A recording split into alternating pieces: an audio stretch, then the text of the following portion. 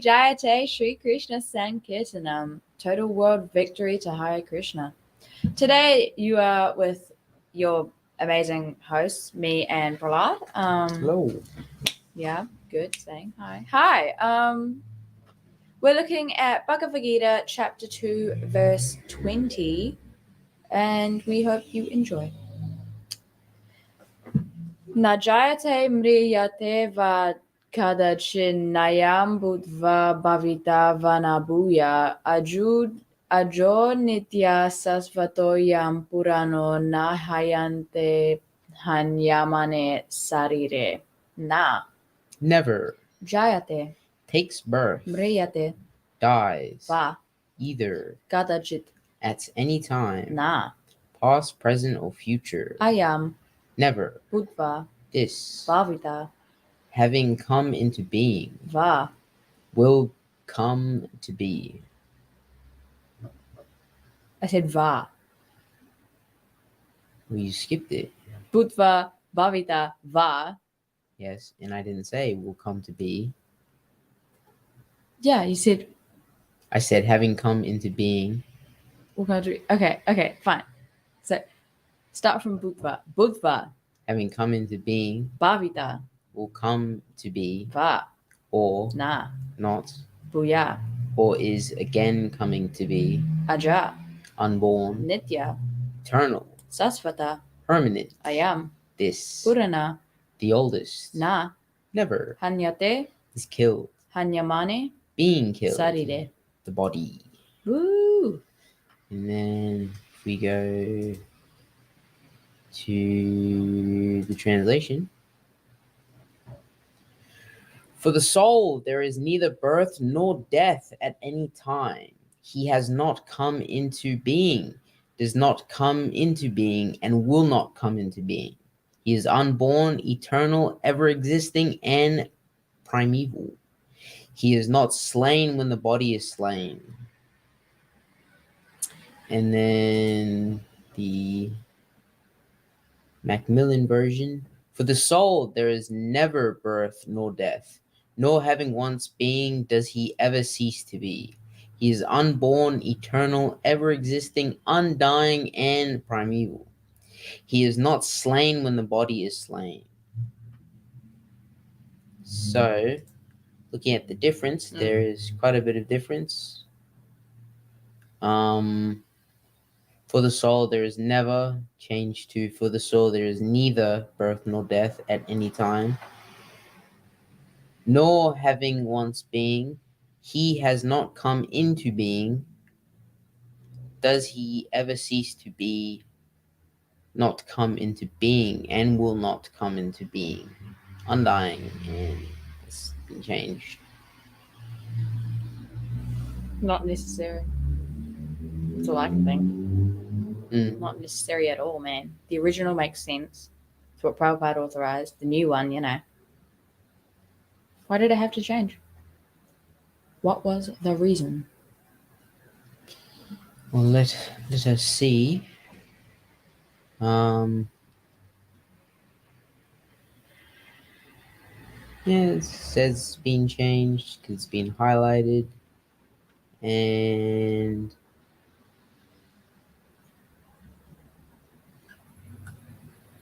no reasoning here, I don't see. Well, if we look at the difference in meanings, for the soul there is never, for the soul there is neither.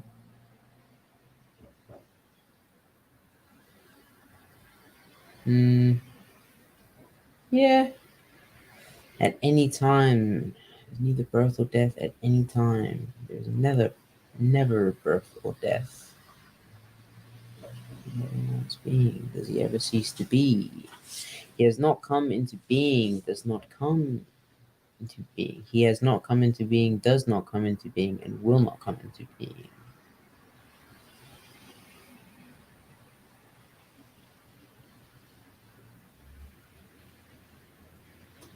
I mean, I don't know, to me, it just has sort of the same meaning, but yeah, it's just different wording, not really Doesn't really change anything. Nor having once being does he ever cease to be. Does not come into being. Okay. Read the purports. Qualitative. Hey man, let me scroll.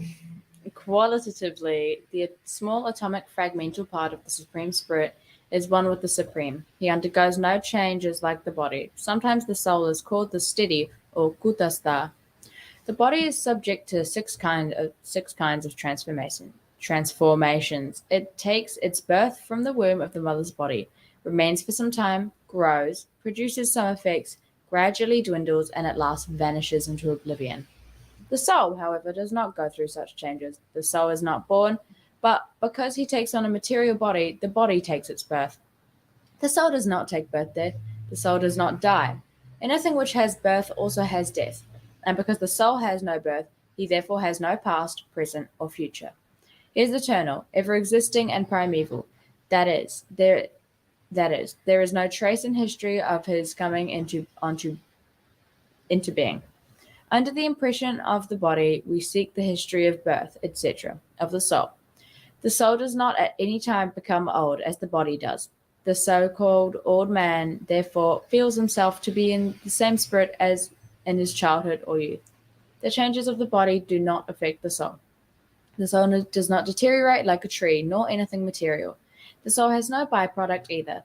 The byproducts of the body, namely children, are also different individual souls, and owing to the body, they appear as children of a particular man.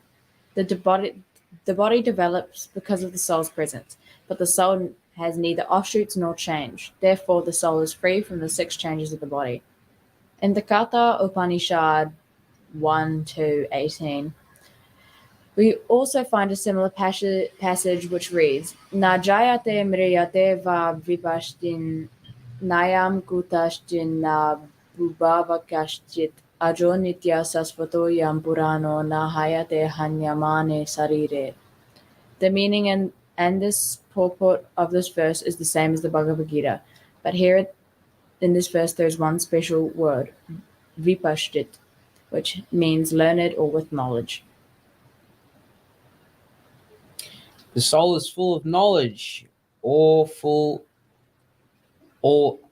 the soul is full of knowledge, or full always with consciousness. Therefore, consciousness is the symptom of the soul, even if one does not find the soul within the heart where he is situated. One can still understand the presence of the soul simply by the presence of consciousness.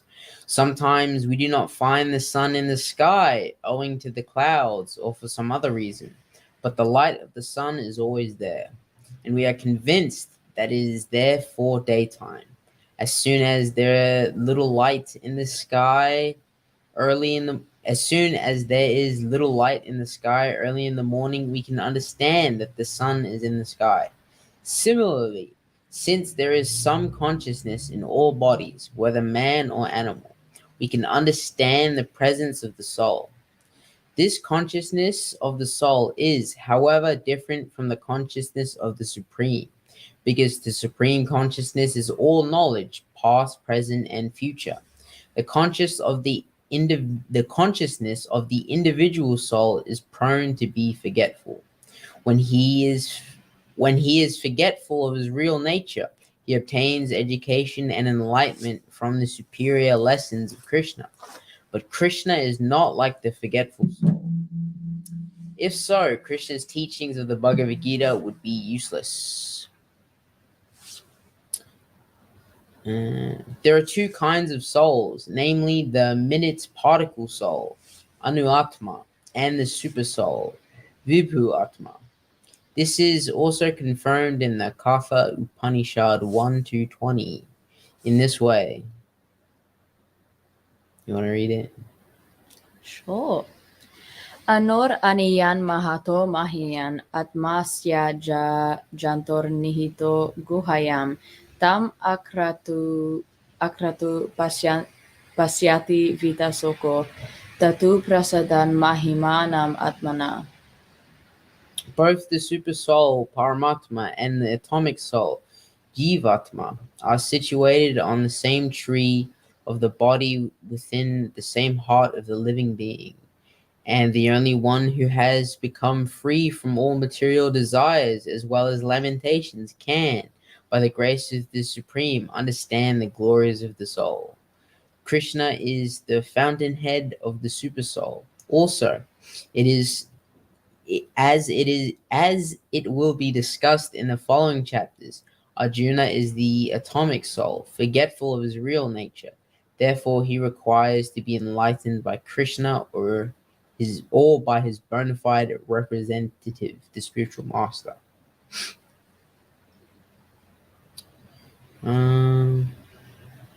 Let's look at the changes in the purports. That's not the word I was made.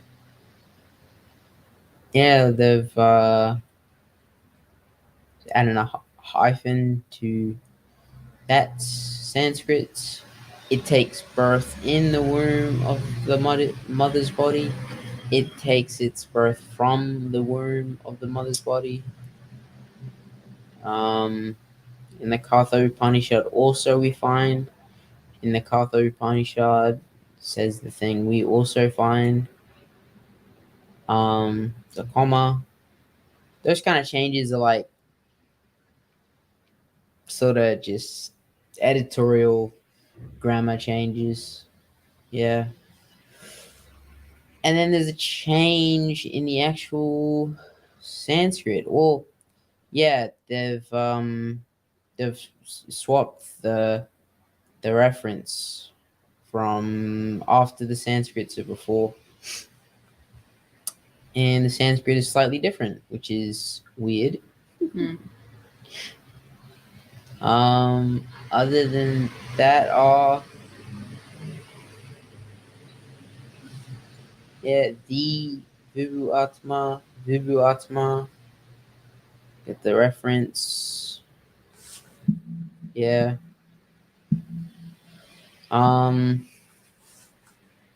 Yeah, not particularly much to this much to these changes. They're mainly just I'm not getting anything from the changes. Neither.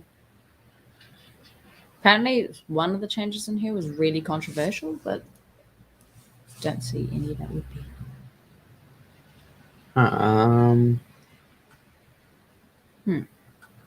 If it was gonna be any of them, it would be The translation. yeah.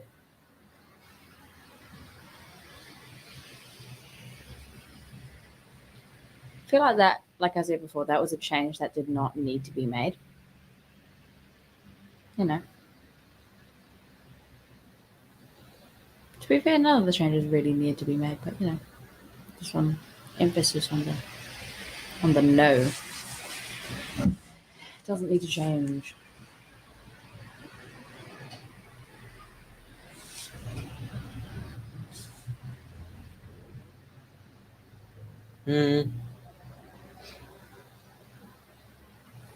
I think I see it. The original says, "Nor having once been, does he ever cease to be." While the change says, "He has not come into being, does not come into being, and will not come into being." So the original implies that he says, "Having once been, does he not cease to be?" While the other one says that he has not come into being, will not come into being, and does not come into being, which is different.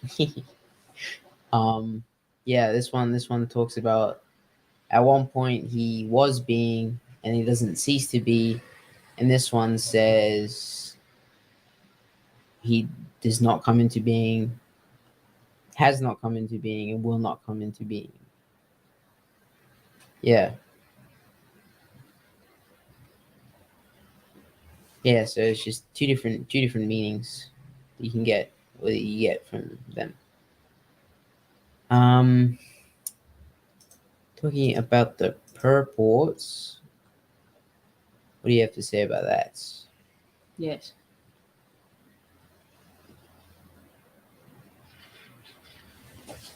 What I got from it, the soul is eternal. In summary, soul is eternal. Eventually it merges into the super soul and then comes back out again. Yeah. 4 words. 4 words and it sums up the whole thing. Mm. The soul is eternal. Yeah, that's what I got. Yeah,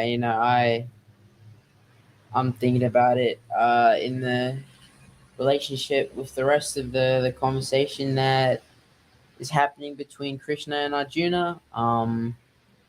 This is the part where he's talking about the soul, and specifically the soul's eternality, and how it exists, always existed, and will always exist.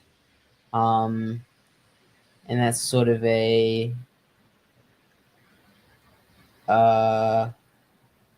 sort of an argument for Arjuna to do his duty and fight his relatives and slay them. Also, it talks about how the material body is temporary. It says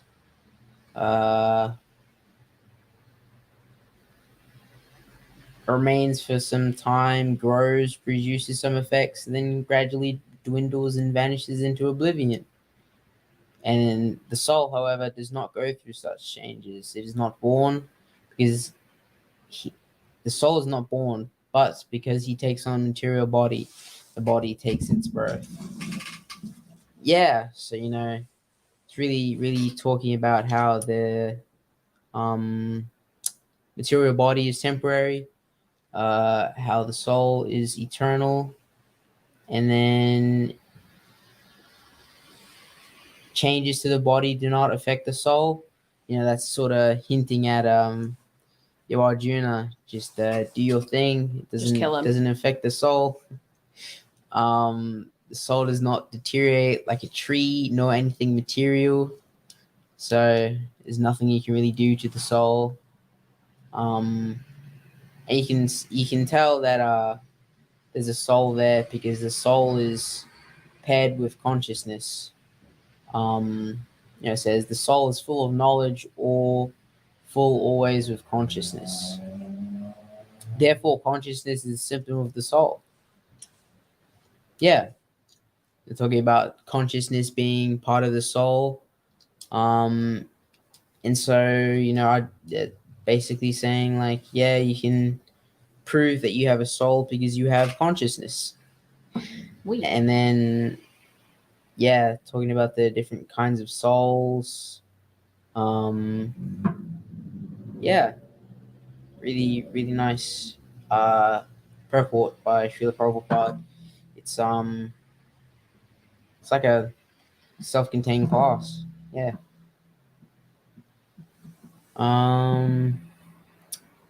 Anything else from you? Great purport. Yep, that's it. Okay, what about contemporary application?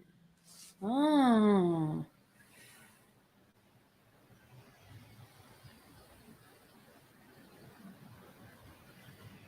Common man these days, modern man, thinks about the wealth in their life. They worry about other things apart from knowing self-realization. And in the spiritual especially, it's like, you are not the body, you are the soul. Like, stop worrying about all this stuff. Stop trying to become a millionaire.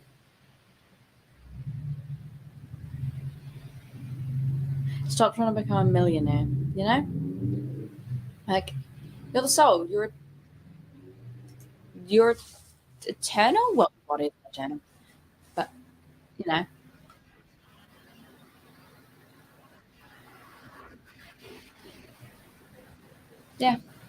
Just a lot of people these days are very worried about looks and stuff and blah blah blah blah blah. And then it's like, yo, you ain't the body, the soul. Like, find self-realization, understand Krishna consciousness. That's what is truly important. And then you'll be eternally happy and go like a Vrindavan. That's all I got. Okay. What I had is I